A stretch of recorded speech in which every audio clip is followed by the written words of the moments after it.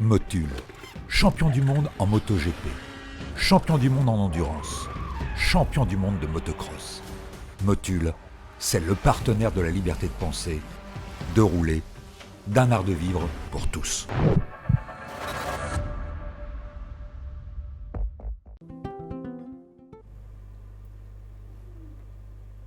Bonjour, bienvenue dans After Sunday, l'émission qui débriefe le MotoGP. On espère que vous êtes nombreux au rendez-vous et bien évidemment, on va parler de ce 14e Grand Prix qui s'est tenu hier en Italie pour le compte du Grand Prix de Saint-Marin. Vous l'avez certainement suivi, vécu. On va parler évidemment de Bagnaia, on va parler de Quartararo, de Zarco et des autres.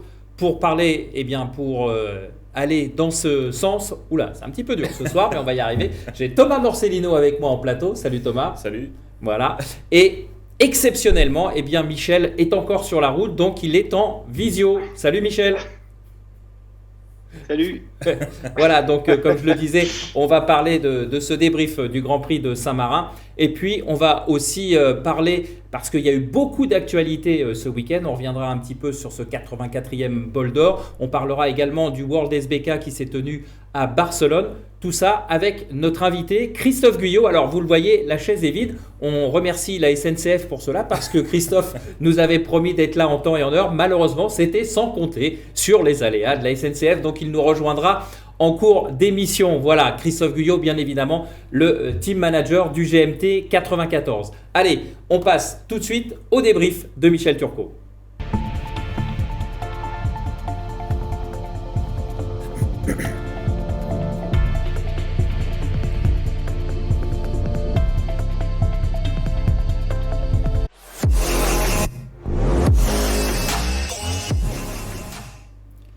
Voilà donc le débrief de Michel Turcot. Alors Michel, on va faire comme d'habitude. On va d'abord commencer par l'image marquante de ce week-end.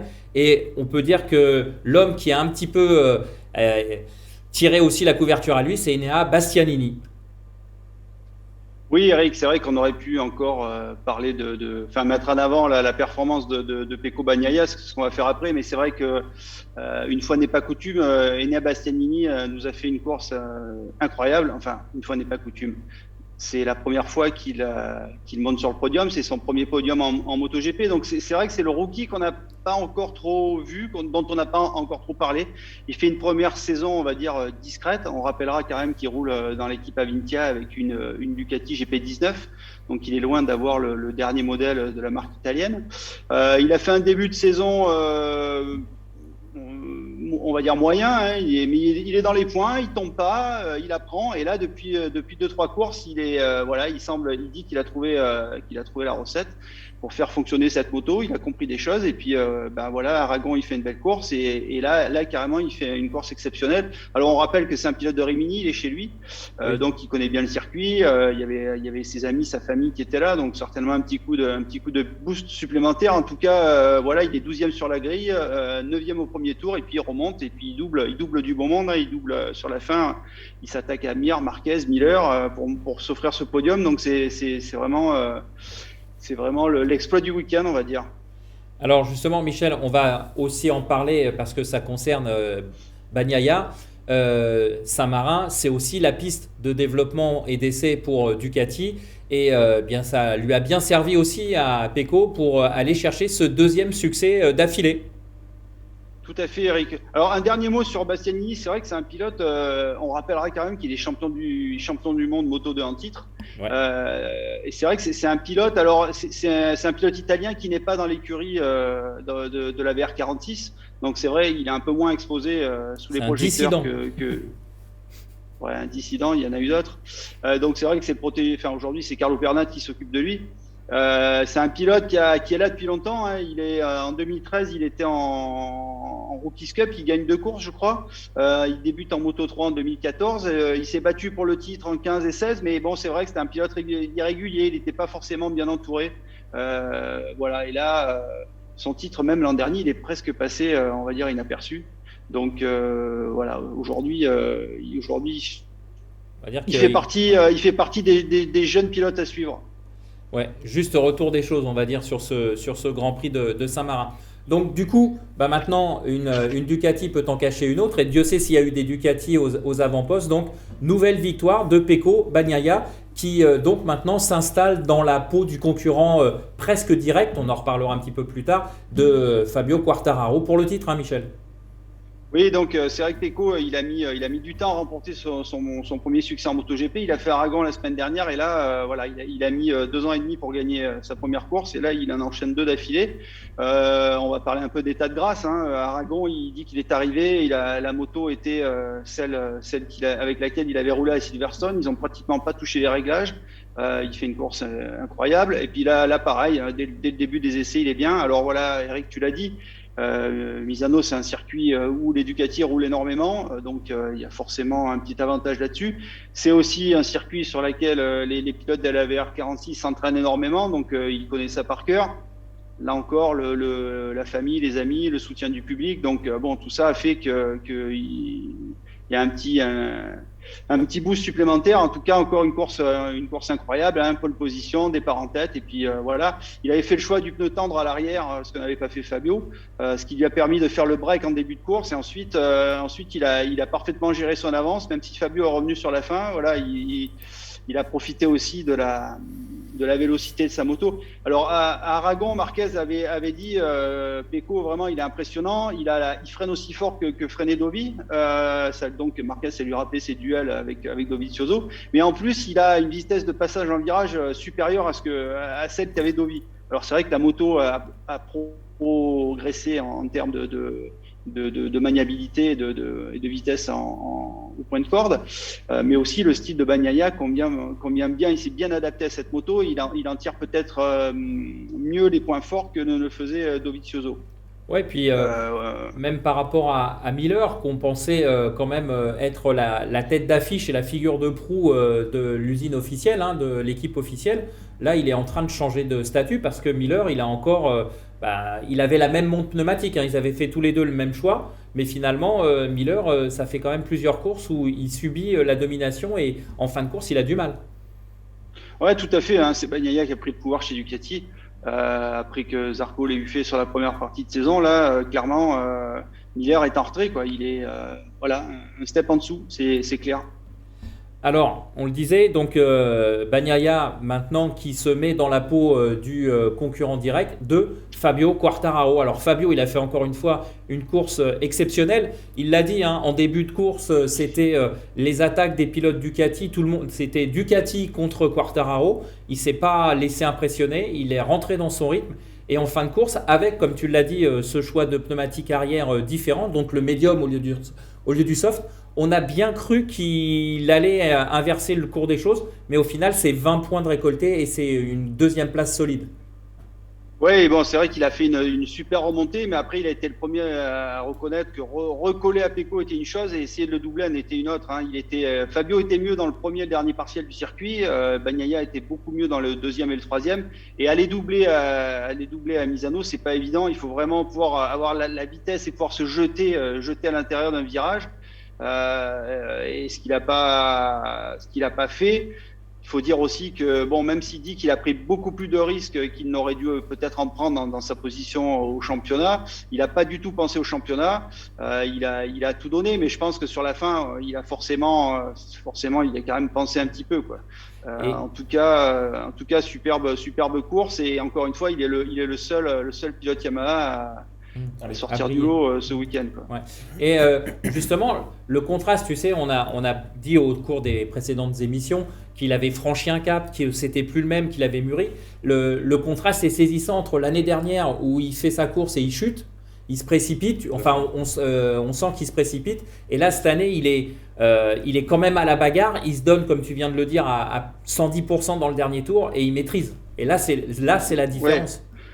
Après, il est quand même en confiance sur la moto, et ce qui n'était pas le cas l'an dernier. Il a dit la moto l'a progressé en termes de train avant. De toute façon, voilà, quand on le voit rentrer dans l'aisance avec laquelle il rentre dans les courbes avec cette moto, c'est quand même très très impressionnant. Voilà, cette confiance qu'il n'avait pas l'an dernier, il a cette année. Après, il a dit aussi que voilà, l'an dernier, il avait peut-être trop pensé au championnat, donc cette année, il s'est dit, je vais pas y penser, donc je fais mes courses, j'essaie de gagner. Il a envie de gagner, il a envie de s'inspirer un peu de la méthode méthode Marquez, hein, c'est-à-dire se battre, tout donner à chaque fois. Et voilà, ça lui réussit. Voilà, 5 points de perdu, c'est rien. Alors on sait que voilà, mathématiquement, il peut pas être titré lors de la prochaine course au Texas, mais il pourra l'être à Misano 2 semaines après, quoi. Alors tu parles du championnat. L'autre point marquant que tu as voulu souligner, eh bien, c'est d'ores et déjà, on peut dire, les perdants, et notamment eh bien, Joan Miller, on en a parlé, et puis aussi, il faut bien le dire, Johan Zarco. Johan, tu nous l'avais expliqué la semaine dernière, il y a un peu de problème physique, il y a un peu de doute, mais c'est vrai que là, ça n'a pas été la réussite complète parce qu'il a été très tôt pénalisé par un long lap, et on a vu dans ses chronos, par contre, qu'il avait le rythme pour jouer devant, hein. Ouais, alors avant de parler de Johan, juste un petit mot. Bon, ça c'est plutôt, je prends un peu la place de Thomas, hein, le roi des chiffres. Mais aujourd'hui, il nous reste, il y a encore 4 pilotes qui peuvent être mathématiquement titrés, puisque voilà, il reste 100 points à prendre. Mir est à 57 points, Zarco à 93, Miller à 94. Bagnaia est lui un peu plus proche, donc on peut imaginer que pour Mir, Zarco et Miller, même si mathématiquement c'est encore possible, ils sont plus dans le coup, à moins que Fabio ne termine plus une seule course. Voilà. Et encore, il faudrait qu'eux gagnent toutes les courses, notamment Miller. Donc ça paraît peu probable. Donc voilà, aujourd'hui, c'est vrai que le dernier pilote capable d'empêcher Fabio d'être titré, c'est Bagnaia. Pour ce qui est de Johan, on pouvait imaginer qu'il allait renverser un peu la tendance actuelle à Misano. Ça n'a pas été le cas. Il a encore fait, il a fait de bons essais. Il pensait être mieux en course, et puis non, il a perdu quelque chose. Alors c'est vrai qu'il parle beaucoup plus de ses bras. Il dit peut-être que mon bras me gêne plus que ce que j'avais imaginé. D'ailleurs, il a décidé de se faire opérer après-demain. Il doit faire des tests demain à Misano, et mardi soir, il rentre à Aix et il se fait opérer par le professeur Dufour qui a opéré Fabio d'ailleurs. Donc il espère que ça va changer quelque chose pour la suite, parce qu'il dit qu'il a effectivement encore souffert de son bras droit ce week-end. Mais bon, on sent quand même qu'il y a un petit quelque chose qui est cassé, quoi. Ouais, on le sent surtout dans sa gestuelle corporelle. En fait, on le sent souvent un peu abattu. On a l'image, il fait le meilleur temps de la FP2, si je dis pas de bêtises. Et quand il rentre au stand, bon, c'est sûr que c'est que la deuxième séance d'essai. Mais quand on rentre au stand, on a ses mécanos, on le voit qu'ils l'applaudissent. Et lui, on a l'impression qu'il subit, quoi. On sent qu'il est pas bien. Ouais, je pense qu'il s'est mis un peu de pression, hein, après sa première moitié de saison extraordinaire. Là, voilà, il pensait qu'il allait progresser. Ces 2-3 dixièmes qui lui manquaient, il pensait qu'il allait les attraper plus vite.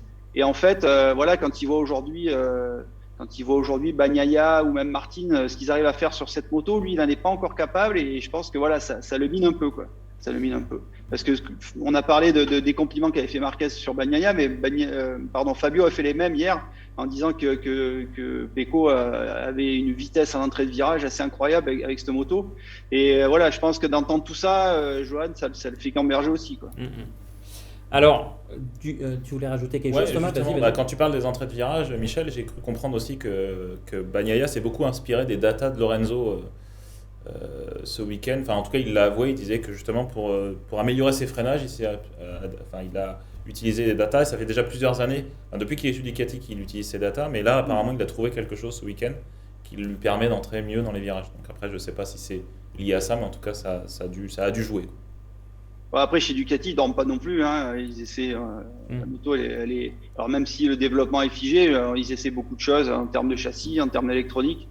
Je pense que voilà, ça participe aussi aux performances actuelles de Bagnaia. Ouais. Un dernier point sur une marque qui est, tu le disais, en difficulté, parce que Fabio, c'est un peu l'arbre qui cache la forêt. Qu'est-ce qui se passe encore derrière dans la coulisse? Parce que en gros, c'est on va dire c'est les embrouilles chez Yamaha, ça part dans tous les sens. Disons que en ce moment, les coulisses sont assez animées, hein.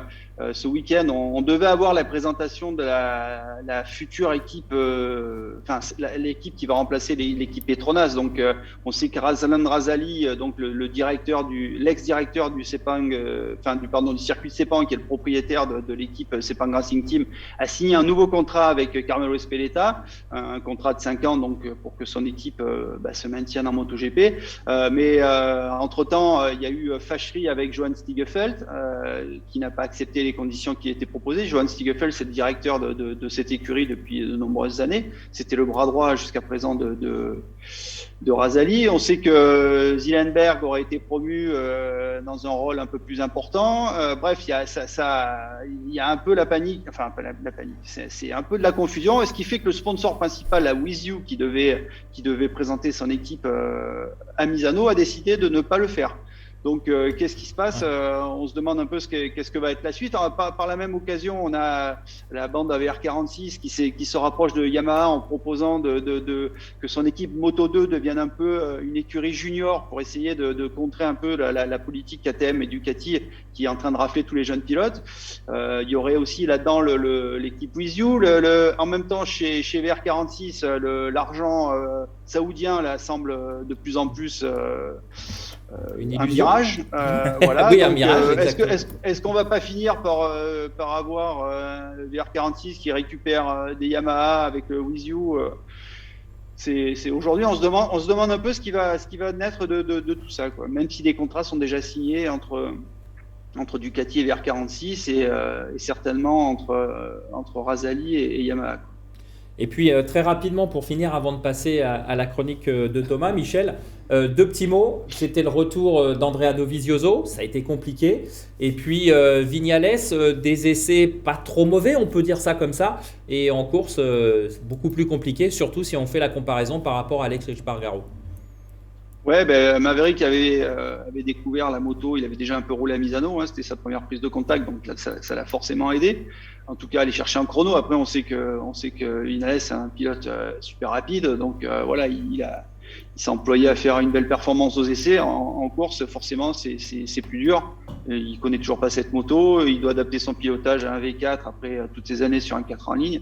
Voilà, quant à Dovi, il y a le poids des ans, il y a quasiment une année en retrait, et puis voilà, il y a une moto qui est très différente de la Ducati qu'il a pilotée ces 8 dernières années. Alors même s'il avait déjà roulé avec la Yamaha, forcément ça fait beaucoup de choses à, en plus, ouais, enfin ça fait beaucoup de choses à reprendre en main, quoi. Okay, en tout cas, on peut se demander, voilà, est-ce qu'il pourra vraiment se remettre à niveau d'ici le début de la saison prochaine? Ouais, c'est pas évident, quoi. Bon, on va suivre ça en tout cas. Michel, tu restes avec nous parce que bien là, on va passer à Thomas parce que c'est l'instant stat. Il boue, il trépigne. Ça va être à toi, Thomas.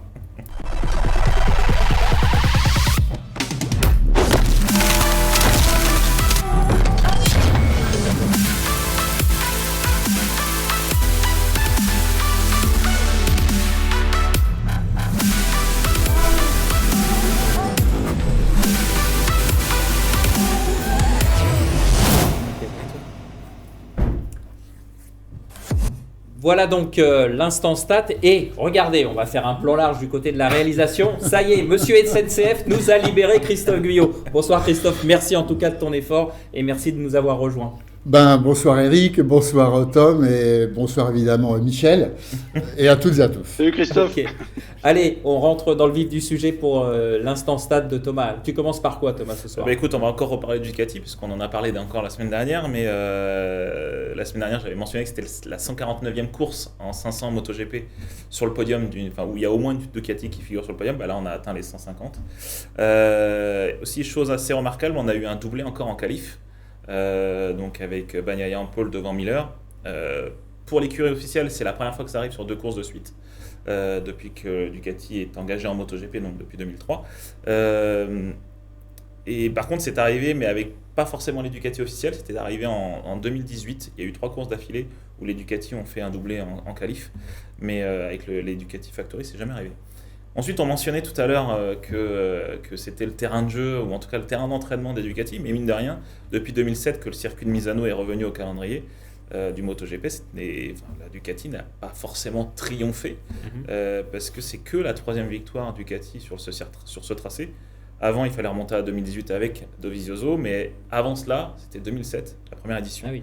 Donc ça remontait quand même assez loin. Donc mine de rien, même si c'est un terrain de jeu, c'est pas forcément. On n'est pas forcément maître chez soi. Exactement. Au rang des podiums, on a parlé de Bastianini. Donc Bastianini qui monte sur le podium cette saison en tant que rookie, on porte à 14 le nombre de pilotes différents sur le podium cette saison. L'année dernière, pour rappel, on était à 15, donc c'était déjà une saison exceptionnelle. Parce que dans l'ère du MotoGP, 15 n'était jamais arrivé. Donc là, on a encore quelques Grands Prix pour peut-être avoir d'autres pilotes sur le podium. Ouais. On pourrait peut-être imaginer enfin Rossi sur le podium pour avoir son 200e podium en catégorie Rennes, mais toujours est-il que c'est déjà assez remarquable. Et autre chose, donc là c'est un peu plus subtil, mais là on va dire que toutes les spécifications des motos ont figuré sur le podium au moins une fois cette saison. On a la spec A Yamaha et la spec B, parce que Morbidelli, il faut rappeler, est monté sur le podium en début de saison. Mais là, on a aussi toutes les Ducati, puisque même la Ducati 2019, donc avec Bastianini, est montée sur le podium. Donc là, on a vraiment un plateau homogène avec toutes les motos capables de monter sur le podium. Donc c'est encore une fois assez remarquable aussi. Et un petit mot sur Fabio. On est, même si il figure sur le podium, même s'il fait beaucoup de premières lignes d'affilée, c'est quand même la première fois depuis qu'il est en MotoGP qu'il enchaîne 7 courses consécutives sans avoir signé une seule pole position. La dernière fois qu'il est monté sur le podium, qu'il a signé la pole position, c'était en Catalogne, donc ça fait 7 courses, il y a 7 courses. Donc, bon après, moi je signe des 2 mains pour qu'il signe 2 pôles, mais qu'au final il décroche la timbale. Je pense que tout le monde est d'accord là-dessus. Mais toujours est-il, par contre, pour montrer sa régularité, c'est que depuis le Portugal la saison passée, il a toujours terminé dans les points. C'est le seul pilote cette saison. Attention à la table, Thomas, tu vas faire tirer les oreilles. C'est la 15e course qui termine dans les points, donc c'est aussi assez remarquable. Voilà. Bon. Une autre statistique qui vient de ta page Twitter, c'est que c'est aussi le seul pilote qui gagne plus de 2 courses dans l'année. Oui, effectivement. Mais j'ai pris ces informations chez toi. Effectivement, c'est les pour autres. l'instant, c'est le seul pilote qui a plus de 2 victoires cette saison. Il en a 5. Il en a 5, ouais. Ah, Michel, vas-y. Ouais, si vous m'entendez, Thomas, je crois que c'est aussi désormais le pilote français qui compte le plus de podiums en classe. Non, il n'a pas déboulonné Raymond Roche. Non, Christian Saron. 19 podiums. 19 podiums en catégorie Rennes. Bon, il a été interrogé sur ça à son débrief. Il dit qu'il ne compte pas s'arrêter là. Donc, on peut lui faire confiance. Oui, c'est clair. On imagine, ça serait dommage. Ça serait dommage de s'arrêter en si bon chemin. Voilà. C'est tout pour aujourd'hui, monsieur Thomas. Il n'y a pas grand-chose. Même si c'est une saison et encore une fois un Grand Prix exceptionnel, on n'a pas grand-chose à se mettre sous la dent cette fois. Avant qu'on parle un peu plus en détail du GMT 94, Christophe, tu étais à Barcelone ce week-end. Vous avez pu suivre un petit peu ce qui se passait à Saint-Marin. Ouais. On a suivi, vous savez, Saint-Marin, on a suivi Bol d'Or, on a tout suivi. Vous n'avez pas travaillé à la base. D'accord, ok. Bon, en tout cas, merci Thomas. On passe tout de suite au Sunday Race Recap. Alors, ce Sunday Race Recap, eh bien, c'est justement le World Superbike qui avait lieu à Barcelone, Christophe. On a vu, alors on reviendra sur le GMT 94 dans quelques instants.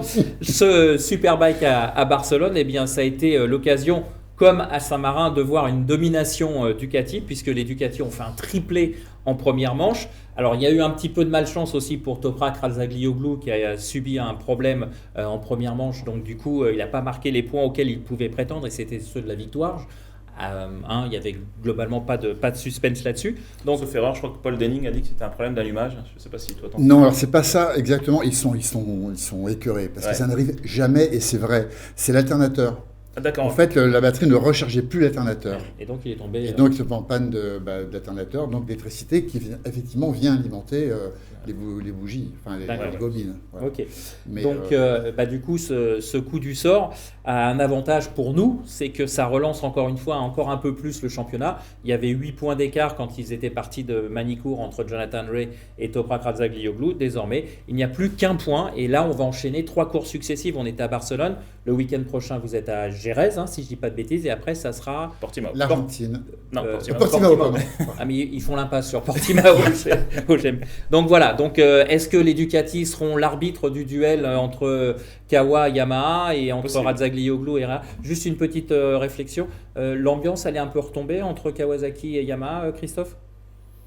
Suite à la réclamation de Manicourt, si vous n'avez pas trop suivi. Elle est complètement retombée parce que je pense que chez Yamaha, on a considéré qu'en fin de compte, ce qu'a fait Kawasaki n'était pas très bien pour eux, finalement. Je pense qu'ils ont le sentiment qu'ils ont été très soutenus par les gens en général. Tous les indécis, qui n'ont pas de favoris particuliers entre Kawasaki et Yamaha, semblent s'orienter plutôt vers Yamaha après cette réclamation. Ouais, c'est plus Kawasaki qui est à perdre dans cette démarche, on va dire. Oui, j'ai l'impression. Ouais. Alors, il y avait aussi du Moto-E à Saint-Marin, et il y a aussi une polémique, puisque Jordi Torres, c'est pas le même, Jordi Torres a été sacré champion de la catégorie, mais il y a eu cet accrochage où on a, du côté de la direction de course, expliqué que c'était Dominique Egarter qui était responsable de cet accrochage. Dominique avait gagné et comme par hasard, il a été sanctionné à l'arrivée de 38 secondes de pénalité. 38 secondes, c'est le temps qu'il a fallu à Jordi Torres pour se remonter et franchir la ligne. On a vu les images, sincèrement, c'est un peu tiré par les cheveux, non ? Toi qui étais sur place, ah non, pardon, Thomas, non. En fait, Egarter, ça y est, moi je suis perdu, avec le super sport, etc. Donc voilà. J'ai suivi. Hein. Ouais, t'as suivi aussi. J'ai regardé les images, je les ai vues aussi en détail, comme beaucoup, parce qu'on s'est tous intéressés à cette affaire. En plus de ça, sauf que à Egarter, même s'il était, c'est pour ça que le lapsus est révélateur, Eric. Normalement, il est avec nous. Bon là, il était à Misano, mais on le suit avec beaucoup d'attention. Non, c'est clair que pour nous, pour moi, je vais assumer, mais je pense que c'est injuste. Tout simplement. C'est un fait de course pour moi. Michel Turcot, je pense, sera plus spécialiste que moi dans ce genre de figure. Non, mais moi, je suis entièrement d'accord avec toi, Christophe. Je pense que on a comparé ça avec l'accrochage entre Capirossi et Rada, puisque 99 que le titre se jouait. 98, pardon. Mais pour moi, je vois pas le rapport, quoi, parce que autant Capirossi, clairement, il percute. Délibérément Rada, autant là, il se met à l'intérieur et Torres insiste sur la trajectoire qui n'est plus la sienne. 98, j'y étais, Michel. Oui, je m'en souviens. Je rappelle, j'avais fait la photo. Donc, de toute façon, Michel a tout à fait raison en trouvant l'illustration est parfaite. Autant là, Egarter, il joue sa position. Autant à l'époque, moi qui étais dans le virage, j'étais prêt à rebrousser chemin. Et quand j'ai entendu Capirossi arriver, on sent qu'il a coupé 10 mètres plus loin. Et en gros, c'était ça passait ou ça cassait. Donc là, moi, je trouve que c'est très sévère pour Dominique Egarter.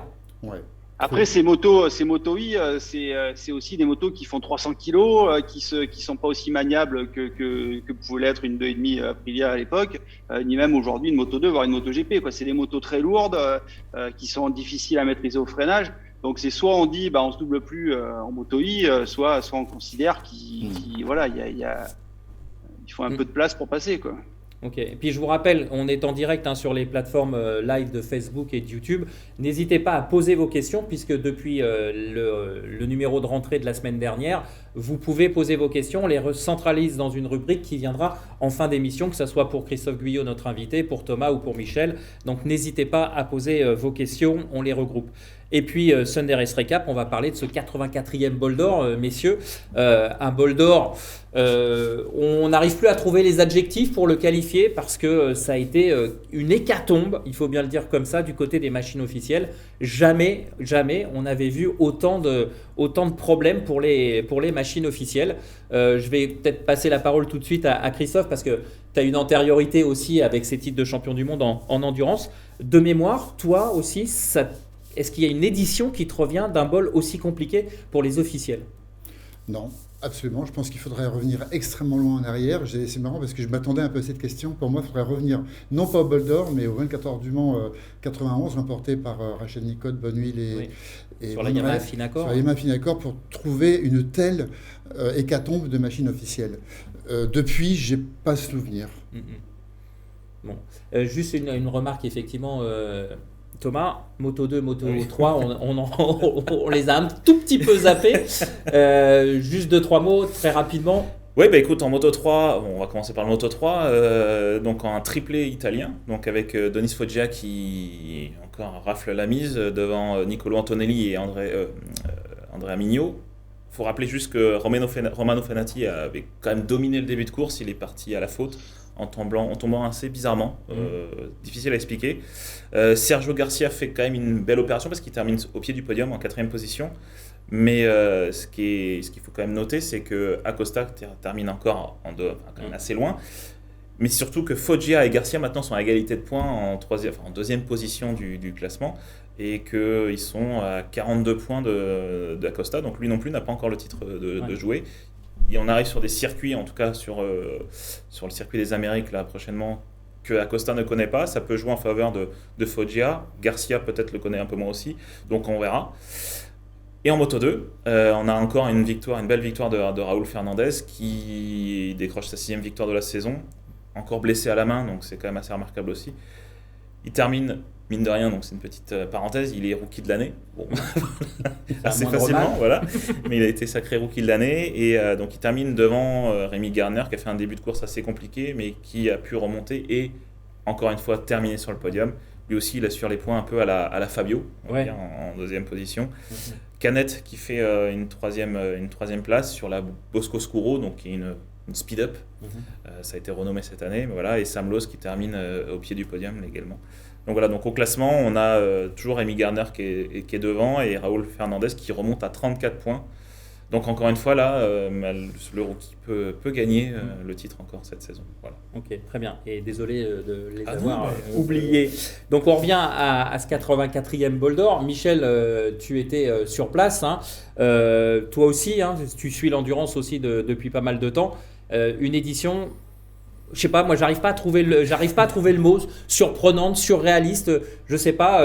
Pourtant, le plateau. Alors on a dit qu'il y avait plus de la moitié du plateau qui avait abandonné, mais bon, ça on va dire que 21 motos qui ne voient pas l'arrivée dans un bol d'or, ça reste un contingent, je dirais, somme toute classique. C'est simplement qu'au départ, le plateau était un peu maigre. Hein. On sait tous pourquoi ça a été difficile pour les teams, etc. Mais un peu moins de 20 motos à l'arrivée, c'est vrai que ça fait maigre. Mais le nombre d'abandons en lui-même, c'est pas une surprise, Michel.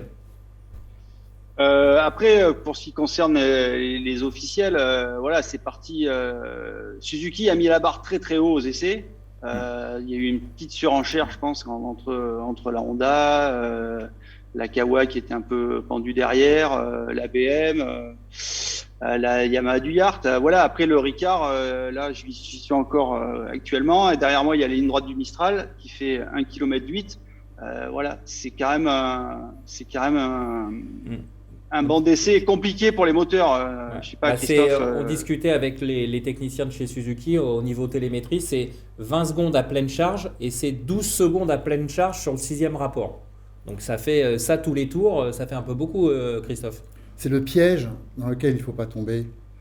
Je ne connais pas toutes les motos officielles, mais le piège dans lequel on a facilement tendance à tomber, et les pilotes peuvent vous emmener aussi à tomber dans ce piège, c'est quand lors des essais, ce que vient de dire très très justement Michel, c'est lors des essais, Suzuki a mis la barre très haut et ça veut dire que c'est une pression énorme. Avant même les teams, déjà sur les pilotes. Oui, 15 km/h de mieux pour la Suze. Regarde, on se fait coller une seconde s'il faut faire quelque chose. Et là, on peut chercher des solutions pour gagner en performance et c'est le piège à éviter. Alors peut-être que pour d'autres... Pour beaucoup d'écuries, ce n'est pas ce qui s'est passé. Mais forcément, il y a une part de ça quelque part pour certaines équipes qui ont flanché. Ouais, chez Kawasaki, par contre, pour aller un peu à l'inverse de ce que disait Michel, Gilles Staffler disait, de toute façon, nous on sait aujourd'hui avec le package qu'on a, on ne peut pas jouer tout ce qui est course à la pole position, les points 5, 4, 3, 2, 1 au terme des essais. Pour nous, c'est pas possible. On travaille notre rythme de course et c'est pour ça qu'en tout début d'épreuve, Jérémy Guarnoni était plutôt pas trop mal. Les pneus passaient pas trop mal à ce moment-là. Après, c'est un ressort ou une soupape, un ressort de soupape ou une soupape qui a cassé. Ça, c'est la faute à pas de chance. Je suis complètement d'accord et permettez-moi de revenir justement là-dessus. La Kawasaki n'est pas du tout concernée par ce que je viens de dire précédemment. En effet, là, on a vu l'expérience de Gilles Staffler, de ses pilotes, David Checa, qui connaît bien l'endurance et qui n'est pas le genre de pilote à emmener son équipe comme ça dans des pièges. Et c'était extrêmement intéressant de constater que finalement, bien que Kawasaki n'ait pas cherché la performance à tout prix, ils étaient un peu en retrait, ils étaient comme second, troisième. Ils étaient vraiment en lutte pour le podium et c'est vraiment regrettable la panne qu'ils ont eue. Et puis Vas-y Vas-y, Michel, vas-y. Ouais, après, il y a quand même des moteurs qui sont sollicités plus un EWC. On voit aussi que là, cette année, il y a quand même un bon paquet de stocks dans le top 10 à l'arrivée. Et le très bon exemple, c'est la 24 dont le moteur stock est préparé par Akira, qui prépare les motos de Superbike officielles et qui prépare également le moteur de la 4 du Tati Team qui a elle aussi cassé, quoi. Donc voilà, il y a quand même aussi une exigence sur les moteurs, même si la Kawa numéro 11 elle n'a pas l'électronique de la Yart ou de la Honda, voilà, il faut quand même essayer de performer au maximum avec ces moteurs. Donc forcément, on prend des risques.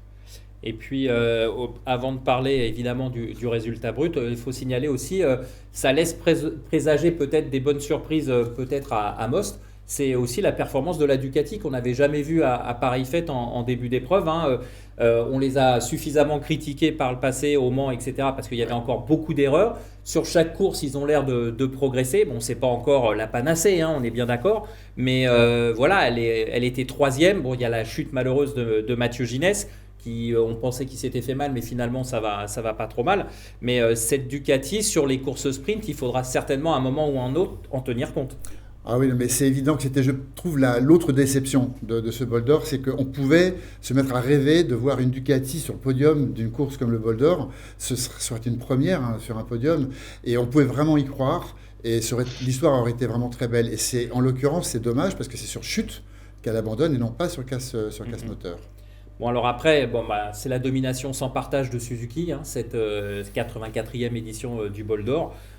Sincèrement, personne n'était à leur hauteur. Ils ont, comme disait Michel, c'était la seule machine à être passée sous la barre des 1,53 à la moyenne des trois pilotes aux essais. Et puis, même s'ils ont mis un petit peu de temps à rentrer dans leur rythme de course, une fois qu'ils ont été lancés, c'était parti et plus personne ne les a revus en fait. Non, puis sous les 53, c'était 52,7 de moyenne, c'est énorme. Et 52,3 pour Xavier Siméon en record de la piste, quoi. Incroyable. C'est clair. Et puis la bonne nouvelle aussi, là pour Yamaha, c'est que d'un côté, on retrouve la machine du team de Pierre Chapuis Moto 1 96, la numéro 96, qui fait deuxième. Et puis le bel exploit, comme le disait Michel, de la Kawasaki du BMRT 24 Endurance, la 3D Max S Endurance. Et au championnat du monde, la très belle opération aussi pour l'équipe de Yannick Lucot, le team 333 VRD Experience, qui se retrouve deuxième au championnat du monde. Alors permettez-moi, sur cette deuxième place extraordinaire du team Moto 1 de Pierre Chapuis, piloté en particulier par Randy Depugnet et Roberto Rolfo et Millhauser, mais ce n'est pas que le fait qu'ils étaient fiables et le moins de performance. Ils sont performants. Si on regarde le relais de Randy Depugnet à Estoril, il a fait un relais entier derrière Sylvain Guintoli, avec cette même Yamaha. Ça veut dire que, pour l'instant, Randy, c'est vrai qu'il tire l'équipe vers le haut. En termes de performance pure, on a assisté, moi je trouve, à des exploits de cette moto. Alors, il termine loin du certes, mais le jour où il y a deux coéquipiers à l'auteur de Randy, cette moto peut jouer pour moi à la régulière pour la victoire. Oui, il y a un petit peu de travail aussi à faire. Et puis, on va quand même mettre au crédit de Pierre, c'est que même s'il a gagné 2 années de suite en Superstock, passer en EWC, la marche est importante. Et tout ne se fait pas du jour au lendemain. Et il faudra aller chercher d'autres budgets si on veut aussi progresser côté matériel, notamment électronique, etc. Ouais, sauf que pour moi, il a quand même compris beaucoup de choses tout de suite. Préparation du moteur en particulier, il a quand même... En fait, il a un moteur stock, mais avec des pièces qui renforcent la mécanique, comme la boîte de vitesse. Pour moi, il a quand même bien compris. Parfois, le manque de budget peut aider aussi à faire les bons choix. Même si vous avez raison, on va souhaiter à Pierre de trouver d'autres budgets pour se renforcer à beaucoup de niveaux. Mais quand même là, ce qu'il a réalisé, c'est un exploit. D'ailleurs, c'était le titre du journal local du jour. Oui, la première page, l'exploit de Team Moto 1, et je crois qu'on peut le souligner. Ouais, puis ça n'a pas été simple non plus parce que Randy avait fait une grosse cabriole, il avait chuté 3 fois dans la séance d'essai le mardi après-midi. Il n'était pas très bien le mardi soir, il pensait même peut-être ne pas courir. Et puis au final, ça donne une belle histoire à l'arrivée et encore une fois une belle histoire aussi pour la Kawasaki numéro 24, comme le disait Michel, parce que cette Kawasaki numéro 24 du team BMRT, elle est championne de la catégorie puisque à Most, alors ça on en reparlera peut-être un petit peu dans les prochains prochains jours. Si c'est une course de 6 heures, les points ne seront pas suffisants à la concurrence pour essayer de les détrôner. Donc logiquement, on se dirige vers une course de 6 heures à Most. Et bien donc, la Kawasaki numéro 24 remporte cette catégorie. Voilà pour le Sunday Race Recap qui était plus qu'un récap. Et on va tout de suite passer à notre autre chronique, c'est-à-dire l'invité, donc Christophe Guyot.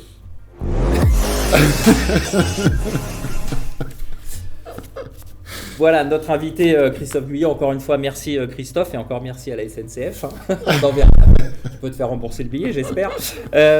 Alors Christophe, on va pas remuer le couteau dans la plaie, mais en rigolant, pour le prendre sur le ton de l'humour, la première question qu'on voulait te poser avec Thomas et avec Michel, c'est est-ce qu'il faut être chat noir pour venir rouler au GMT 94 ces dernières semaines? Je croyais que tu allais me demander quelle était ma dernière guitare, mais Non. c'est pas ça. J'espérais. Non, mais c'est évident que la question est excellente. C'est tout à fait ce qu'on se dit. D'ailleurs, on le prend avec beaucoup. Voilà, on est très serein au niveau du team. Le seul point sur lequel on est vraiment embêté, ennuyé, c'est pour les pilotes parce qu'ils se blessent. Jules, comment il va, Jules? Jules va extrêmement bien. Il pourra être là à la prochaine course? Mais il voulait être là à Vérez. Il se sent super bien. Il est bien dans sa tête, j'allais dire. Ouais. Mais bon, il était déclaré une fuite parce que c'est un choc, un trauma crânien et que les médecins du Superbike préfèrent ne prendre aucun risque. Donc après, on a Valentin Debise, toujours en 4 semaines d'arrêt pour sa main, donc il attend. Ça va bien. Normalement, on devrait.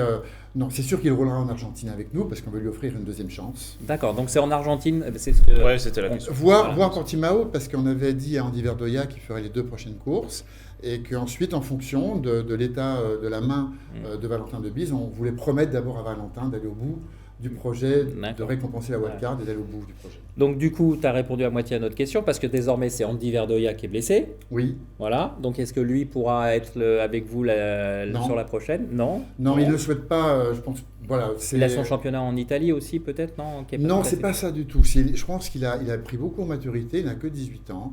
Mais bon, il a compris aussi, il a vu le niveau du mondial. Il a fait 13e sur la grille de départ. C'est très très bien à 18 ans, rendez-vous compte. Il manquait comme 3 à Cador. Donc, il évalue le niveau, il se dit, si je ne suis pas à 100% physiquement, on a vite fait de dégringoler à la 25e place. Ouais. Donc, je pense qu'il a cette lucidité-là, et je l'encourage à ne pas rouler à tout prix. Alors, d'un côté, il a cette frustration, parce que ce n'est qu'une entorse, entre guillemets. De l'autre, il sait que s'il n'est pas à 100%, ce sera difficile. D'accord.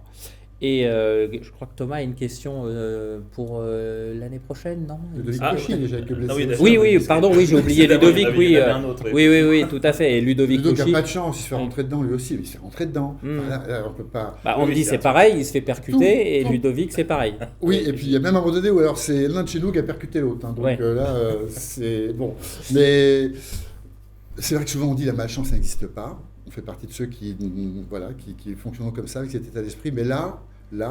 Ça commence à faire beaucoup. Force est de constater qu'il y a un peu de malchance. Ouais, ce serait temps que la roue tourne, comme qui dirait. Exactement. Thomas, vas-y.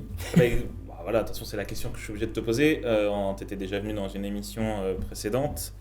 Qu'en est-il du projet pour la saison prochaine? Où est-ce que vous en êtes au GMT? Superbike, pas Superbike, 2 motos, pas 2 motos? Comment ça se passe? Si la question était qu'en est-il du projet Superbike, c'est clair qu'on ne le lâchera pas. D'accord. Maintenant, on ne peut pas partir du Supersport comme ça. C'est vrai qu'en début d'année, on va dire en rigolant, comme on se l'est dit au team, et puis on nous pardonnera, mais on se demandait qui allait nous battre. Au moins pour le titre team. Non, mais sérieusement, vous-même d'ailleurs. Ben là, force est de constater qu'on a trouvé la réponse à la question. Clairement, un titre pilote, c'est toujours difficile. D'abord, on a envie de se battre pour Jules. Ben, j'ai envie de l'aider à aller au bout du projet. Et puis, le titre team aussi. Partir comme ça, je ne pense pas qu'on peut être fort en Superbike. Donc, quand on est parti d'endurance, on venait gagner les 4 courses importantes de l'année, à l'exception de Suzuka. Mais on est à la place de Suzuka, on a sorti champion du monde, on a gagné Le Mans, le Bol, l'Allemagne, la Slovaquie. Là, de partir en n'ayant pas gagné une course pour l'instant cette année, En gros, tu es en train de nous expliquer qu'il y aura quand même une présence du GMT l'année prochaine en Supersport et peut-être en Superbike. Non, on prépare. Je ne sais pas. Pour l'instant, ce qui est certain, c'est qu'on veut d'abord se concentrer pour faire une belle sortie du Supersport, sachant qu'on ne sortira jamais. Parce que le projet pour les jeunes doit rester. On doit aussi contribuer à donner du rêve. les jeunes à qui on peut offrir une moto, là, normalement, c'était une fois cette année, la wildcard. On a été amené à faire plusieurs fois, compte tenu des circonstances. Ça va nous encourager probablement l'an prochain, parce qu'on d'abord, on cherchera des pilotes de pointe, donc un Français évidemment, et puis un pas forcément français, parce qu'on va chercher la performance, le titre team. Et on veut aussi donner la chance, peut-être à plusieurs reprises dans l'année, à un pilote français. Et donc, même quand on partira en Superbike, il faudra conserver ça, si on veut vraiment donner de l'espoir aux pilotes français, les former, leur permettre d'accéder au niveau. Et c'est tout ce projet-là qu'on est en train de construire. Alors bien sûr qu'on est tous un peu frustrés parce qu'on se voyait partir en Superbike dès 2022. Mais je pense qu'il faut être... on ne peut pas se permettre d'arriver sans gagner d'abord. Il faut être plus fort. Vas-y. Non, mais la deuxième question, on va la faire vite. Si vous restez en Supersport, on sait que le projet, enfin pas le projet, mais le World Supersport va changer la saison prochaine, avec probablement l'arrivée des Ducati V2, des Triumph et peut-être d'autres motos. La Yamaha sera peut-être, cette fois-ci, peut-être pas en retrait, mais plus en difficulté, parce que là on voit que c'est dominé par les Yamaha. Comment tu vois la saison prochaine en Supersport avec ce nouveau règlement? Juste pour dire, fais vite parce qu'on est limite au niveau de la. Non, mais je dirais que j'ai rien à dire. Nous, on peut pas en retirer le rêve à tous les jeunes.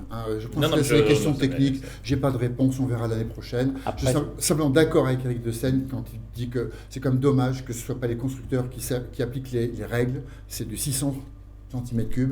Là, accueillons tout le monde. Vraiment, qu'on soit tous ensemble, toutes les marques. Il y avait déjà Kawasaki, Honda. Ouvrons au 600, maintenant c'est ouvert à d'autres cylindrées, c'est pas mal de juger. Je veux être jugé parti. Il ne faudrait pas qu'on retombe dans les travers des années 90 avec les systèmes d'équivalence entre les bicylindres, etc. Mais je pense que ça prend. On va enchaîner parce qu'il y avait un jeu concours avec notre partenaire Brembo. Il y a 4 bonnes réponses sur le nom du vainqueur de ce Grand Prix de Saint-Marin. Donc les 4 bulletins sont là. On va essayer de ne pas faire trop de bruit pour nos amis de la régie. Il y a 4 papiers à tirer. Christophe, vas-y, c'est toi qui vas nous désigner le vainqueur. Ouais, ils vont tous se dire non, pas le chat noir. Allez, tiens, vas-y. Et ben voilà. Il y en a un qui n'a pas le chat noir. Voilà, il y en a un qui n'a pas le chat noir. Alors, son surnom sur les réseaux, c'est Lolotte. Et ben voilà, Lolotte, elle gagne un mètre cylindre offert par Brembo, un mètre cylindre. Donc j'espère qu'elle a une belle moto et en tout cas elle pourra bénéficier de la technologie Brembo pour sa moto. Donc n'hésitez pas pour le prochain Grand Prix qui aura lieu à Austin dans 15 jours, à la semaine précédente, postez votre réponse, le nom du vainqueur et évidemment il y aura un tirage au sort pour les cadeaux. On va tout de suite passer à la rubrique vos questions parce qu'il y a des questions qui te concernent aussi de la part de notre téléspectateur Christophe. Alors, du côté de ces questions, de Lisa, une question pour toi Christophe, Lisa de Lyon, très rapidement. Comment garder le moral de son team lorsque les pilotes chutent aussi souvent et sont aussi malheureux ? Alors, garder le moral, je vous rassure qu'on est motivé plus que jamais, on va se renforcer, on le dit dans l'échec, on se renforce aussi. Vous savez, ça permet aussi de montrer que le supersport, c'est pas si facile que ça. Je pense que c'est important. Non, il y a beaucoup de bonnes choses. Non, le seul regret, évidemment, ce sont les blessures des pilotes. C'est la seule chose qui est ennuyeuse et embêtante. Le reste, c'est la course. Après, j'ai 2 autres questions qu'on va essayer de regrouper en une seule pour toi, Michel. Je sais que tu es presque au péage, donc tu vas devoir arrêter ton beau camion. Il y a une première de Fabien de Metz qui dit « Peut-on quand même envisager un titre de champion du monde MotoGP lors du dernier Grand Prix ?» Ce qui voudrait dire que Fabio aurait quelques soucis. Et est-ce que Johann Zarco ne manque-t-il pas finalement d'un bon manager ? Alors, la première question... Et vite, oui, tu réponds vite, hein, Michel. Ouais, on peut très bien avoir le titre qui se joue à la dernière course. Il faudrait pour cela que Fabio ait moins de 25 points d'avance au soir du Grand Prix à Portimao. Voilà, il a 47 points d'avance sur Bagnaia, donc c'est pas... Bon, voilà, un résultat blanc et une course moyenne, ça peut amener à ça. Maintenant, moi, je pense qu'il sera titré à Portimao. Voilà, ça engage que moi. Quant à la deuxième question... C'est la question de Nicolas qui dit, est-ce que Johann Zarco ne manque-t-il pas finalement d'un bon manager pour être un peu plus, je dirais, sur le devant de la scène, quoi, et serein ? Johann, c'est une personnalité à part. Il est bien, il est entouré aujourd'hui. Il a Romain Guillot qui est son préparateur physique avec qui il est proche. Il y a son frère qui le suit. Il y a Claude Michy qui lui donne un coup de main sur la partie un peu contractuelle. Voilà, oui, peut-être qu'un manager comme peut l'être Eric Mahé auprès de Fabio Quartararo, peut-être que ça pourrait effectivement l'aider. Mais bon, encore une fois, voilà, Johan, c'est un pilote qui a un caractère assez différent et je suis pas certain que ça soit ça, en tout cas, le problème actuel de sa baisse de régime. Ok, et puis la dernière question de Cyril de Marseille qui dit pourquoi autant de grands événements moto le même week-end, le Grand Prix, le Bol d'Or, le World SBK, est-ce que c'est bon pour la moto? D'un côté on peut dire tant mieux parce qu'il y a des vrais calendriers, de l'autre côté c'est sûr que ça se télescope et c'est forcément chronophage sur les antennes, ça c'est une évidence. Oui, mais en même temps, c'est lié au Covid. Oui, voilà. On devait démarrer la saison en février en Australie, on l'a démarré en mai en Espagne. Je crois qu'on va vraiment rien reprocher à ce niveau-là. Au moins, on a les courses, elles ont lieu. Alors, oui. C'est vrai que c'est regrettable qu'on ait tout en même temps. Parfois, on sera peut-être les plus pénalisés, mais ne nous plaignons pas, on court, on roule. Tout à fait. Ouais, il y a effectivement. Merci Christophe. Merci Michel, on te laisse reprendre la route. Merci à vous.